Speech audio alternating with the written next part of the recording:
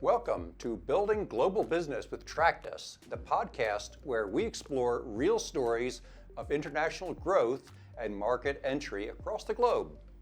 In today's episode, we're talking about something a lot of companies will relate to.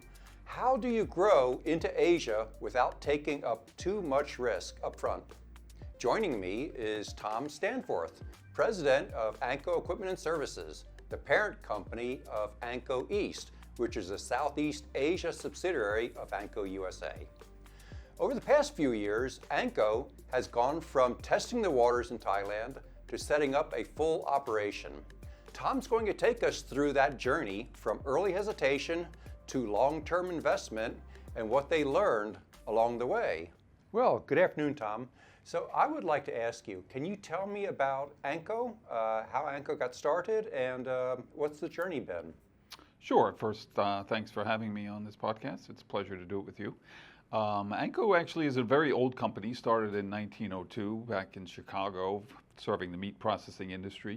It was actually one of the first companies producing equipment for the rendering industry, and kind of went through mergers and acquisitions along the way, and then in the 1990s ended up in North Carolina, and then in 2017 I was hired on as the manager when it was acquired by another company that needed a remote manager. So I was brought in to manage the company in 2017. 2021, I bought the company, so now it's mine. So I own Anco and Anco USA. So that's kind of a short history of Anco. Well, fantastic.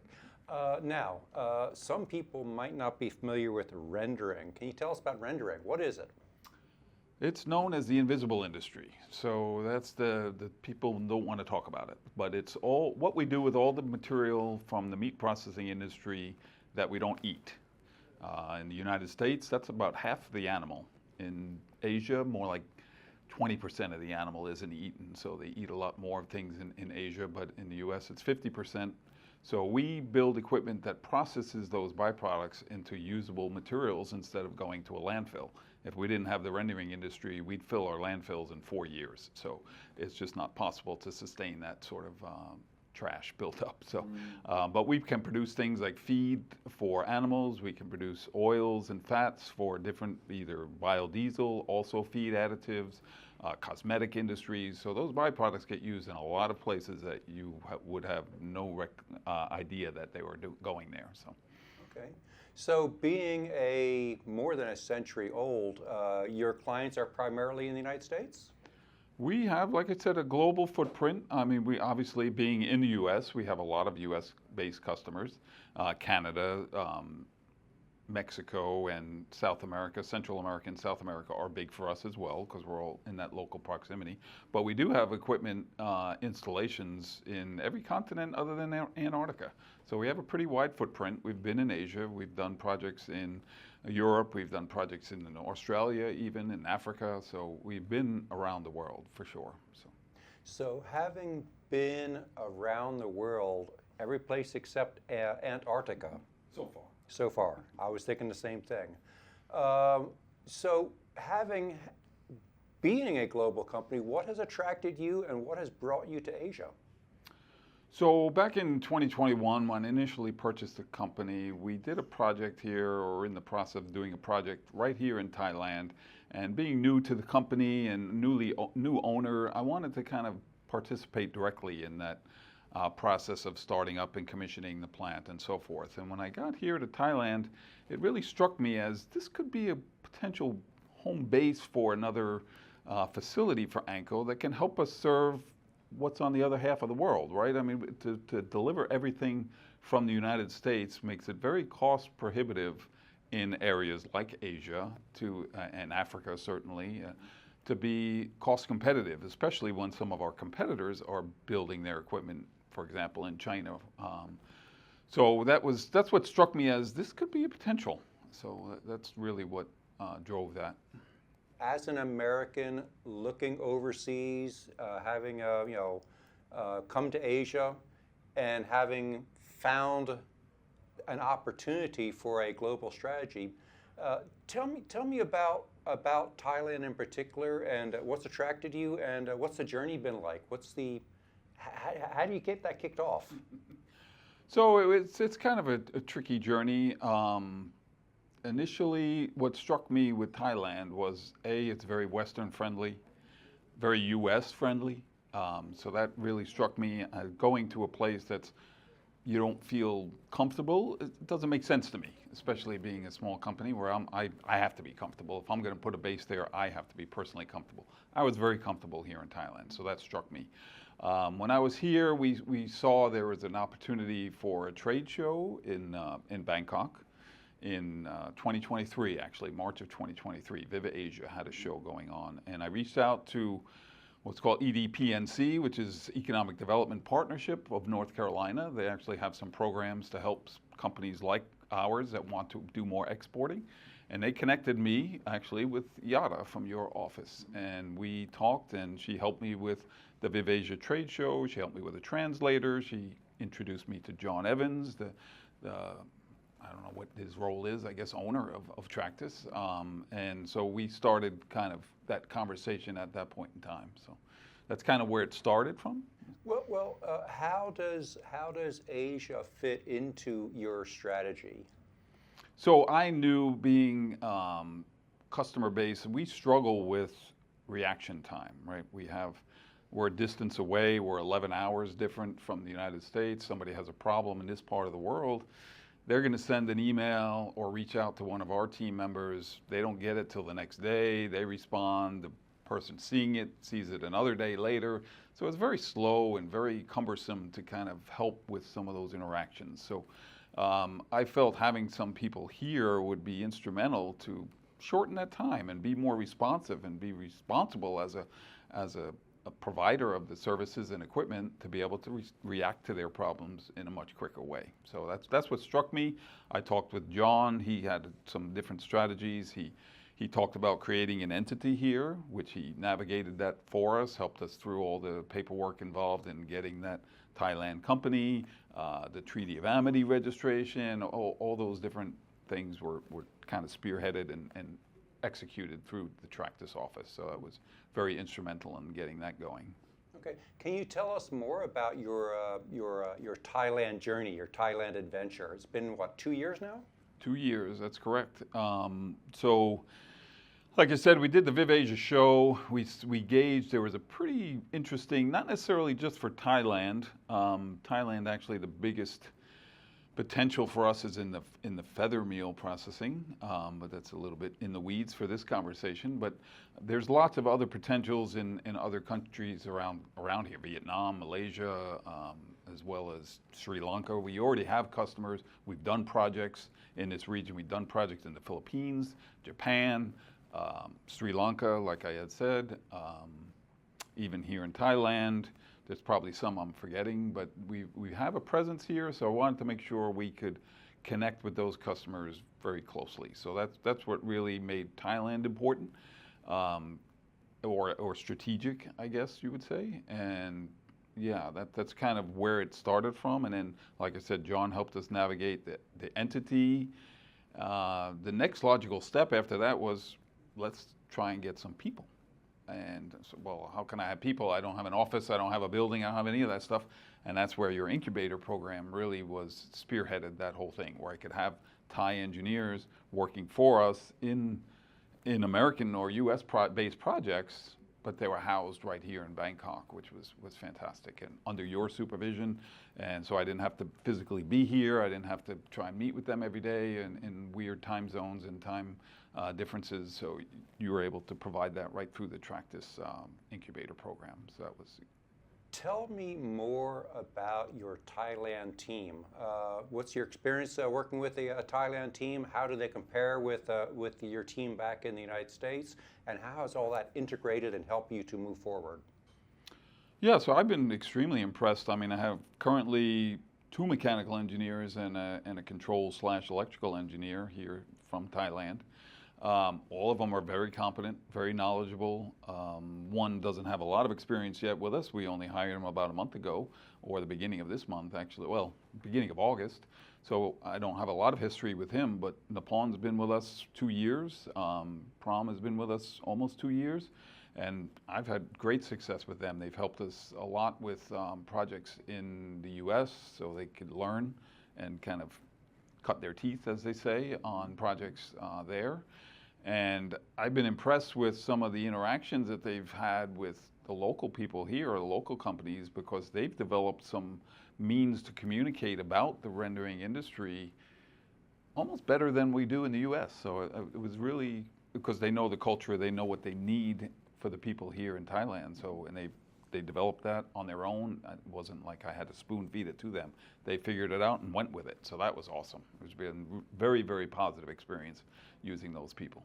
And having people on the ground in Thailand, has that assisted you? Has that contributed to your ability to seek out and pursue new opportunities? Yes, I mean, also through Tractus, you guys did some market research for us, found some different companies that we might want to talk to. One of those turned out to be a potential representative for us. We already had a representative here in Thailand, but it wasn't super successful for us, so we needed to supplement that with some additional support. And that was a company here that's Thai-based, that has a Thai entity, and having that connection directly.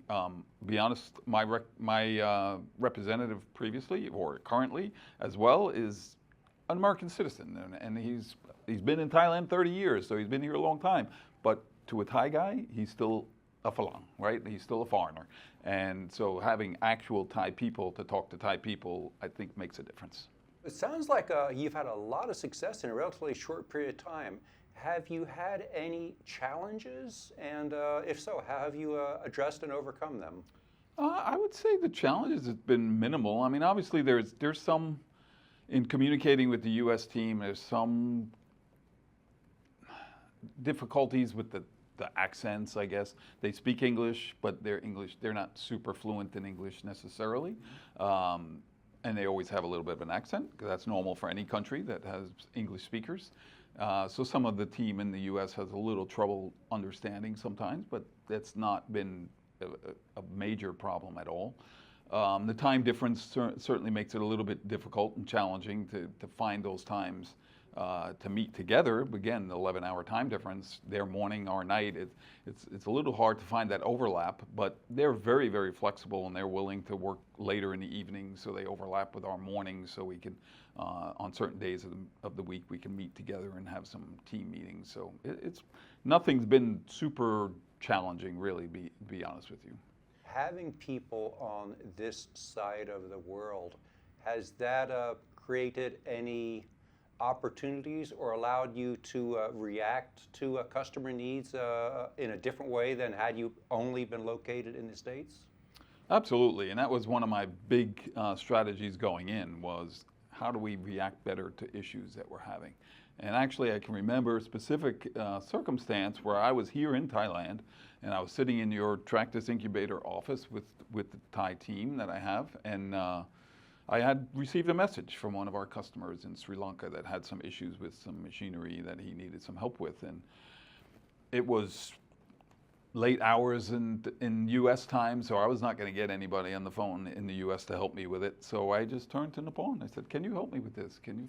And we worked together. We figured it out. He understood what the application was, and we were able in real time to get a solution for that customer.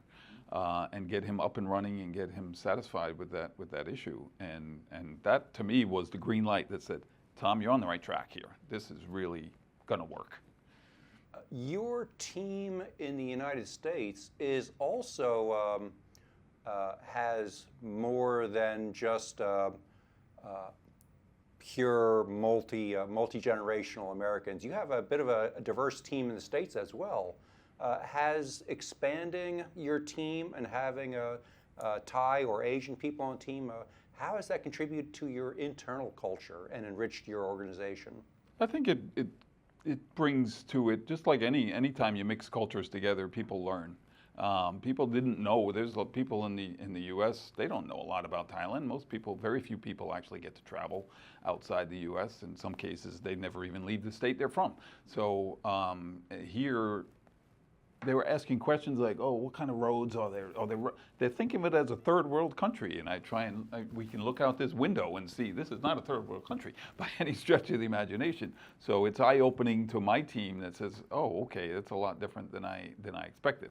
In some cases, we do work with, like in Africa, for example, or even we've done projects in Pakistan. They are a little bit more third world-ish, so that's probably where they get their experience from, and they thought it would be the same here, but that's not the case at all. And the team and their education and their knowledge base and how quickly they're able to learn really helps them understand these guys are talented people and they can help us and can work with us. So it's been a good thing for my team to learn as well. So I'm thinking about things that perhaps your team has learned now that you have boots on the ground in Asia. For example, your company has 120 some odd years in rendering, but when you look at the Asian market, what have you learned about rendering that maybe was different than what you're used to? Oh, certainly in that case, I mean, like I started out with 50% of raw material going to rendering versus 20%. So it was a lot of different mix in terms of what the materials are that they're dealing with and what our raw material to work with will be. So that was a learning curve, as well as the size of the facilities. You know, we have large companies in the U.S., Tyson and Smithfield, and very large entities that are doing millions of birds per day. I mean, and they just don't have those types of facilities. Or in case of swine and cattle, there are a lot of animals per day, 2,000 per hour in terms of pigs. You do those in a week here. So just the amount of material that has to be dealt with is much different, as well as the appetite, right, or the culture in terms of what's eaten and what isn't eaten. It was eye-opening for all of us to understand. Okay, what materials will we have to deal with in this country? Where's the sweet spot? What's the right place to enter in terms of what they need here? Because that's really what I want our company focused on, is what are the needs of our customers, not so much what are we trying to sell. I'm not interested in trying to sell something to anybody. I want to serve their needs and fill their void of what they need to be successful. Now that you have that better understanding of the global market, certainly better understanding of the Asian market, I assume that means that you're better positioned now than you had been. Your eyes been opened and you're now better positioned to actually expand into the global market. You're already a global provider, but now you're able to better leverage this experience to pursue better increased growth.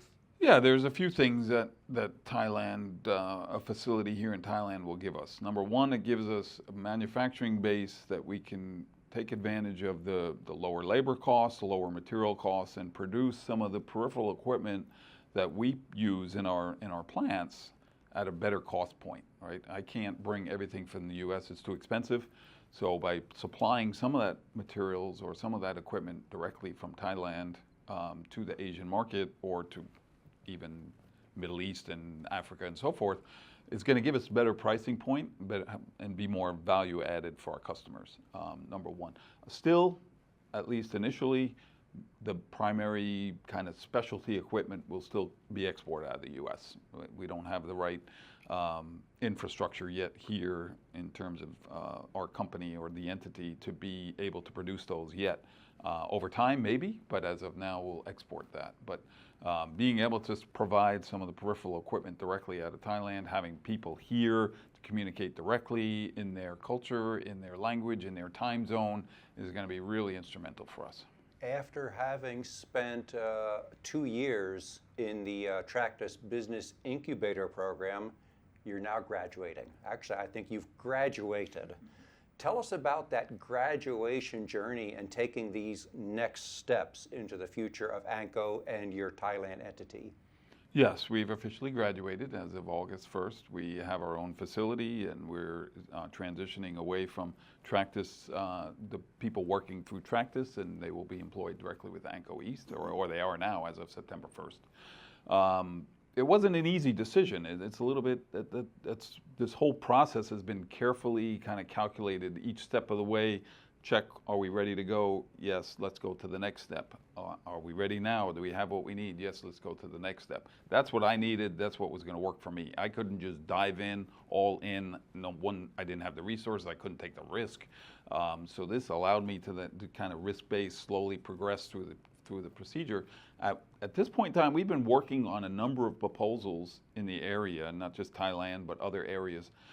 I felt like if I waited much longer, I'd be putting myself at more risk than if I didn't wait. Because if one of those proposals comes through, I have to get that entity mobilized, I have to get the equipment in place. I have a lot to do, not just me, but our entire team has a lot to do to get that ready to go. So the time was, okay, now's the time. And in fact, my last visit in June, I said, let's start looking for a facility. Let's figure out where we're at. And found a nice building, found one that I thought was going to be perfect for us, and we pulled the trigger and said, let's do it. And I'm glad I made that step, because I'd like to announce that we've signed a contract on one of those proposals that we've been working so hard on. So it's been awesome. So good decision, 2020 hindsight, of course, but yeah, I'm glad we took the step when we did, and we'll be progressing on that pretty quickly. I'd like to focus a little bit more in depth on that. Looking back, what were the important decisions that have enabled you to get to this point and are going to carry you forward into the future, into a bright future? Yeah, so number one, working with Tractus really, really helped us, because they have the knowledge of this region. They have the knowledge of they have people here that can help me navigate the research and monitor the people when they were in the incubator.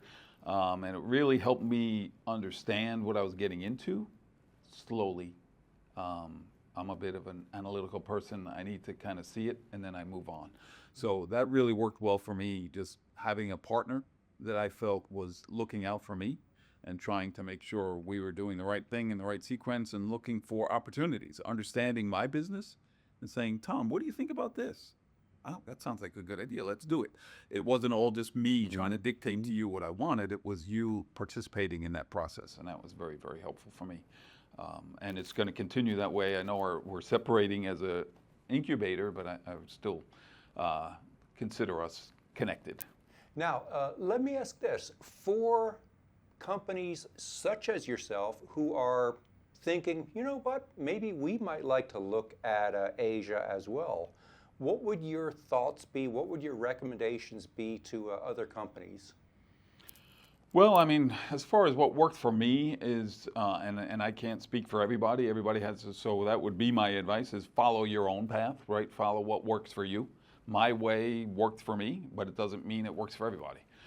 So think about what your risk tolerance is, what your needs are.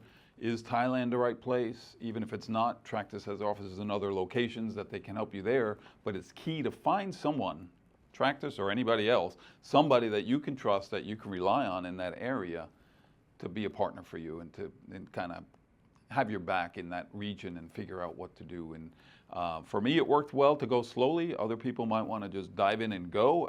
I get it. But for me, it was important. The path I took, I'm very glad I took it, and it worked very well for me. But that's my advice pretty much to anybody, is figure out what you want to do and follow your path and get a partner to go with you.